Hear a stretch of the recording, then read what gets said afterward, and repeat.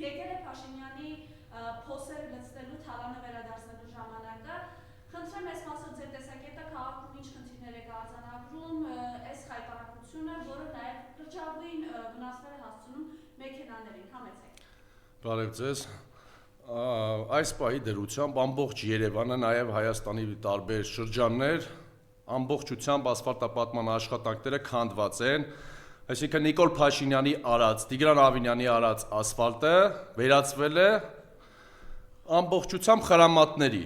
Տեսեք, դասական թալանի օրինակներ է, դա թալան է, երբ որ 3 միլիարդ դրամ Երևան քաղաքը բյուջեով նախատեսում է, անորակ ասֆալտապատում է կատարում, ու հետևանքը 6 ամիս հետո, 6 ամսվա ընթացքում ամբողջությամբ քանդվում են փոսերը, օրինակ Նազարբեկյան թաղամասը, նոր բոլոր վարչական շրջանները բացառություններ չկան Երևան քաղաքում, նաև մարզերում բացառություն չկա, որ որակյալ ասֆալտապատում արած լինեն, 25 թվականի արած ասֆալտապատումը, փոսալցումը ամբողջությամբ քանդված է։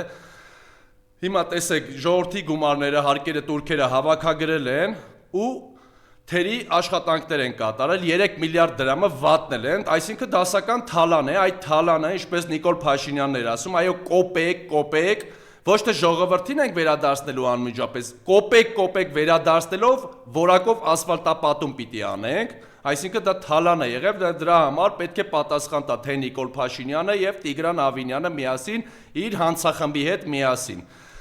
Գույքահարկի հետ կապված մեքենաները, նաև հանրային տրանսպորտի հետ կապված, տեսեք, ավտոբուսները, նոր գնված, այսպես ասած, ավտոբուսները ամբողջությամբ փոսերի մեջով գնում են եւ վնասում են այդ մեքենաները, ինչը մեր ժողովրդի վրա հավելյալ ժամանակիչուտ բեռ է առաջանալու, այսինքն պետք է այդ ավտոբուսը, եթե պետք է գնային 5-10 տարի հետո, այսինքն իրենք գնելու են 50%, այսինքն ժամկետից շուտ պետք է գնեն, այսինքն կրկնակի ավել գումար են ծախսելու Երևանի բյուջեից, ժողովրդի թանկացված հարկերից, տրանսպորտի թանկությունից, գույքահարկը, որ յուրաքանչյուր տարի բերել թանկացրել են, այդ գումարներից, նաև մեքենաները մեր Երևան քաղաքի վարորդներն են մեծ դժգոհություններ են արտահայտում, շատ ավելի վատ բառեր են արտահայտում Նիկոլ Փաշինյանի եւ Տիգրան Ավինյանի այն հեղափոխական կեղծ ասֆալտների հետ կապված, որոնք 25 թվականի ամբողջ ընթացքում մեր ժողովրդին կերակրում էին, տեսեք, ասֆալտ ենք անում, ասֆալտը բանը, այսպիսի խոսակցություններ էր տնում, նույնիսկ ազգային ժողովում էր Նիկոլ Փաշինյանը համահայկական բրենդ դարձրել ասֆալտը, ասֆալտներին տալը, ասֆալտ ենք կառուցում, դա այդ իրանց բրենդը ստեղծված էր կոռուպցիայի հիման վրա, այսինքն դա էր ասֆալտը, որ ժողովրդին կերակրելու են։ Հիմա տեսեք, 26 թվականի բյուջեով այս անորակ ասֆալտապատում անողները ինչ են նախատեսել։ Նախատեսել են, որ 26 թվականին 4.2 միլիարդ դրամ պետք է ասֆալտապատում անեն, այսինքն 1.2 միլիարդ դրամ են ավելացրել։ Պատճառն այն է, որ նախընտրական ասֆալտ պետք է կերակրեն երևի ժողովրդին հրամցնեն, տեսեք, ասֆալտ ենք անում, ձեր թաղամասերում այսպիսի ասֆալտ ենք անում, բայց վստահեցնում եմ, իրենց ցանկացած աշխատանք անորակ է, նաև 26 թվականին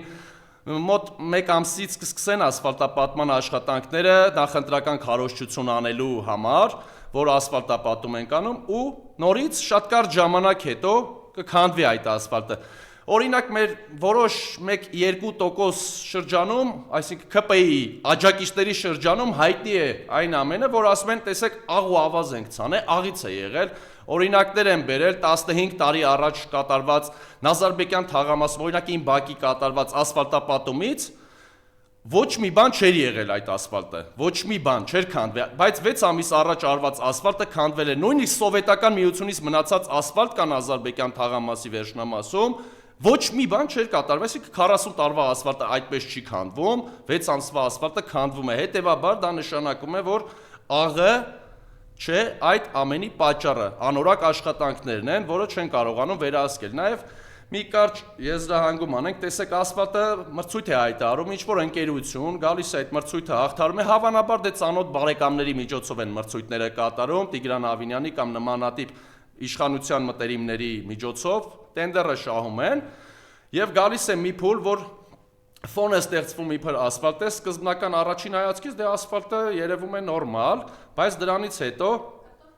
6 ամսվա ընթացքում կտոր է լինում, այո, ինչի է կտոր լինում, որովհետեւ բիտումի պակաս կա, 1 քառակուսի մետրի ասֆալտապատման համար պետք է 0.6 լիտր բիտում օգտագործեին, գրունտը պետք է հարթեցվեր, պետք է շիբին լցվեր, որը չէր կատարվում, հողի վրա բերում էին, ասենց 1-2 կաթիլ բիտում էին անում ու ասֆալտապատում էին անում, բարակ դրա համար էլ Երևանը ամբողջությամբ փոսերի մեջ է գտնվում, ես խոստանում եմ, որ քաղաքացիական պայմանագիրը պատասխան է տալու սրա համար, ժողովրդից է թալանած իրանց ամբողջ գումարների համար, մենք կոպեկ Նիկոլ Փաշինյան վերցնելու ենք այդ գումարները, բերելու եք հետ տակ այդ թալանած ասֆալտը, թալանը ասեցի ինչպես է մեկնաբանվում, ասֆալտի փողերը վատնել եք, դուք ամբողջ միլիարդավոր գումարներ եք վատնել ու անորակ աշխատանք եք արել, դա հանցագործություն է, ու մի հատ էլ չեք ամաչում, միլիարդավոր պարգևավճարներ եք ստանում, էլի 3 միլիարդով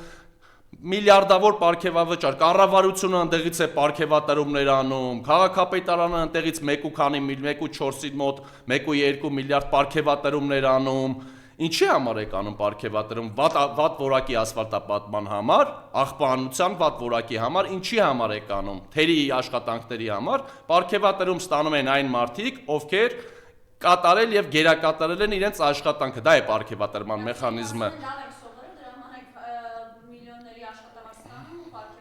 Տեսեք, լավ սովորելը հարաբերական է, իրենք ունեն պաշտոնյաներ, որոնք նույնիսկ տարիներ առաջ, երբ որ 18 թվականից առաջ աշխատում էին X կազմակերպությունում եւ օրինակ կաբել էին քաշում մեր բնակարաններում, որոնց ես ճանաչում եմ, այո, կաբել էին քաշում, այդ կաբել քաշող մարդիկ իհարկե ամենայն հարգանքով մեր բոլոր աշխատակիցների նկատմամբ, ես բոլոր աշխատողներից, բանվորներից սկսած ամենամեծ հարգանքը նաեւ ցածր աշխատանք ունեցողների հանդեպ Իրենք նաև շատերը բարձրագույն կրթություն չունեին, բերել են վարչության պետ, չգիտեմ, տես պաշտոնների են նշանակել, այն պատճառով, որ իրենց հետ քայլել են, այսինքն այդ քայլիստների խումբը պաշտոններ է ստացել զուտ քայլելու համար, ոչ թե գիտելիքի կառավարման փորձի կամ նման պատճառներով։ Դա է եղել, այսինքն Նիկոլ Փաշինյանի հետ քայլել է, որոշակի պաշտոն է ստացել կամ ասուլիստներ են տապալել, դրա համար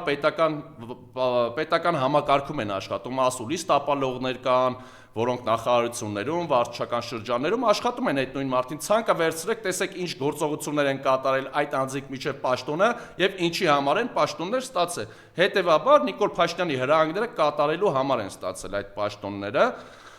Իսկ ասֆալտապատման հետ կապված տեսեք մեր բազմաթիվ վարորդներ, այո, բողոք ունեն ու իրական բողոք է այդ ամենը, մեքենաները ջարդում են,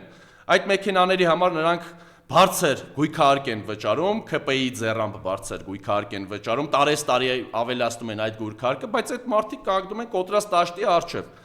Ինչ է նշանակում կոտրած դաշտի առջև, որտեղ այդ մարդիկ չգիտեն ինչ անեն իրենց մեքենային, այսինքն հավելյալ բեռ է իրենց ընտանեկան բյուջեի վրա դարձնում այդ մեքենա գնելը։ Ինչ պետք է անեն, նաև մեր վարորդներին եմ կոչանում, եթե քաղաքապետարանի պատճառով այն ճանապարհը, որը պատկանում է քաղաքապետարանի, այդտեղ մեքենա եք վնասել,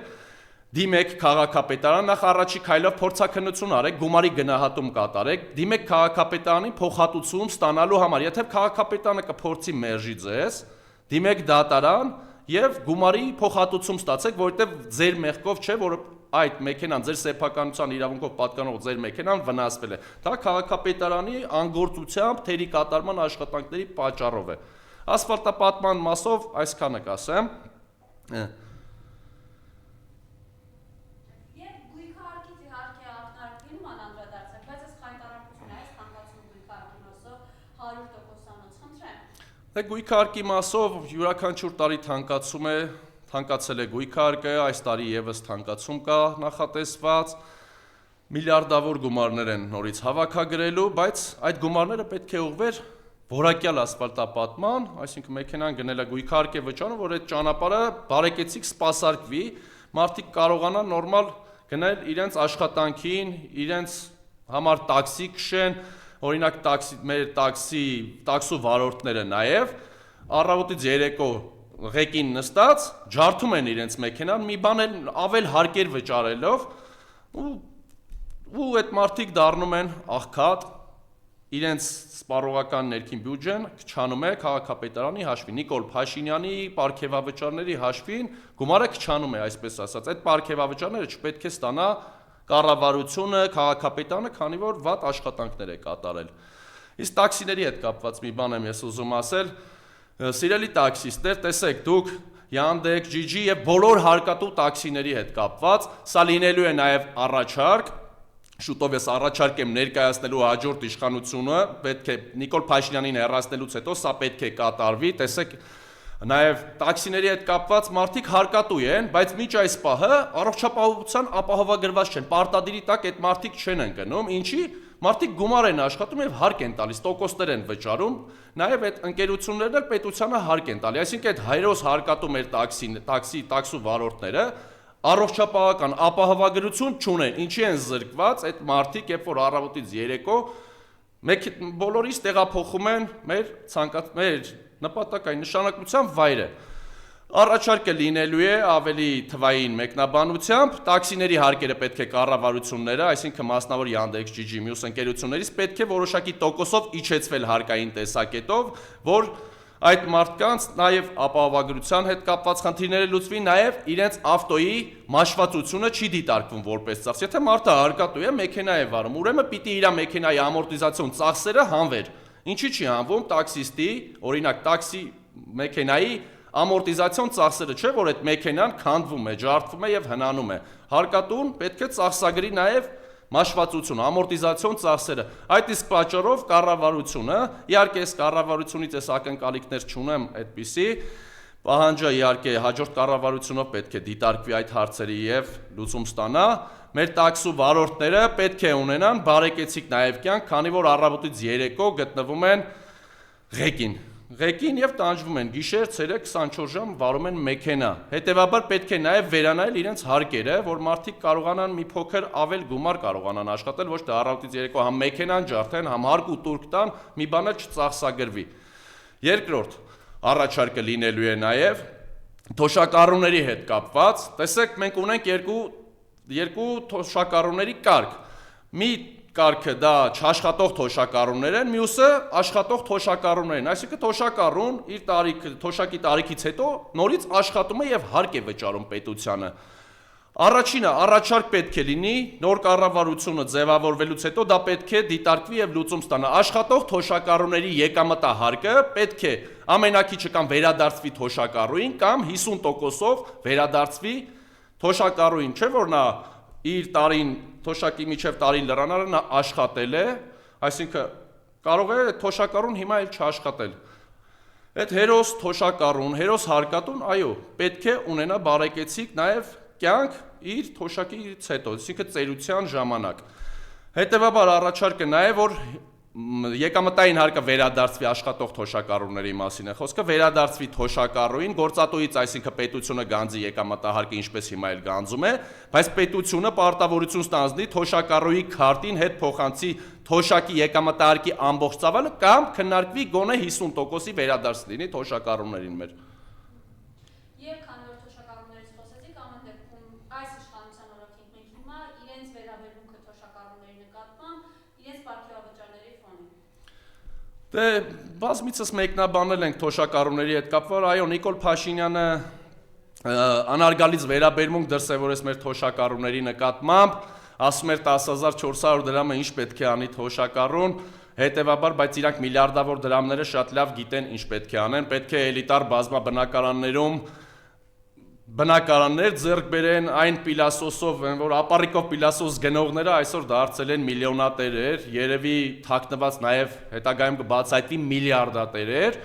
որոնք շատ տեղերում արդեն բազմաբնակարան շենքերում մարդիկ 1-2 տներ են կարողանում ձեռք բերել, բայց այդ դեպքում եթե չկար թալանը ասում եք, բայց ինչպես եղավ այն ժամանակ պիլասոսը օրինակ կարողանում եք ապառիկով եք գնում կամ ինչ որ մի պատգամավոր թե նախարար կար, ասում էր բնակարան հարկադիր ուներ եւ հարկադիրը եկել էր մի քանի կոպեկ բռնագանձելու նախկին ժամանակ, միջև իրենց իշխանությունը, այդ ինչպես եղավ, տենց միլիոններ եք ձևակերպում, հայտարարագրեր եք ներկայացնում, բնակարաններ եք ցույց տալիս բոլորը,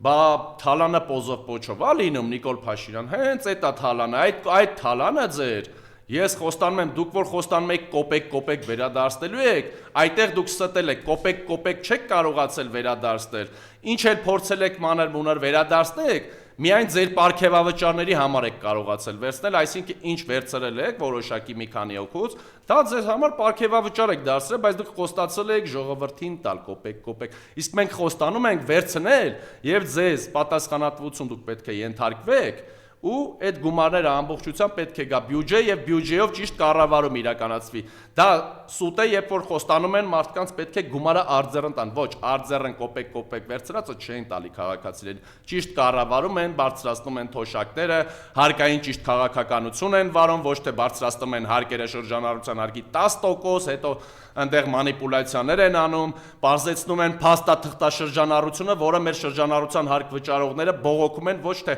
միայն հարկերի տեսակից են բողոքում, այլ իրանց հիմնական նաև բողոքը եղել է փաստաթղթաշրջանառության կրճատումը։ Այ դա պետք է վերանայվի եւ շատ բարձեցվի համակարգերը, ոչ թե համարկային համակարգով տերորի ենթարկեն մի հատ էլ ընտրական պրոցեսների ժամանակ գնան գործարարներին սկսեն իրենց տեսակետները արտահայտելու համար բռնաճնշումների ենթարկել, տուգանել, տուգանողը ցանկացած ժամանակ, եթե խախտում է կատարվում, դա վարչական, իր վարչական տուգանք է նշանակում այդ գործարարի նկատմամբ, ոչ թե հենց ընտրություններն են գալիս, սկսում են դրանով նեղել, բռնաճնշումների ենթարկել գործարարներին։ Մի կոչ էլ անեմ, սիրելի հայեր,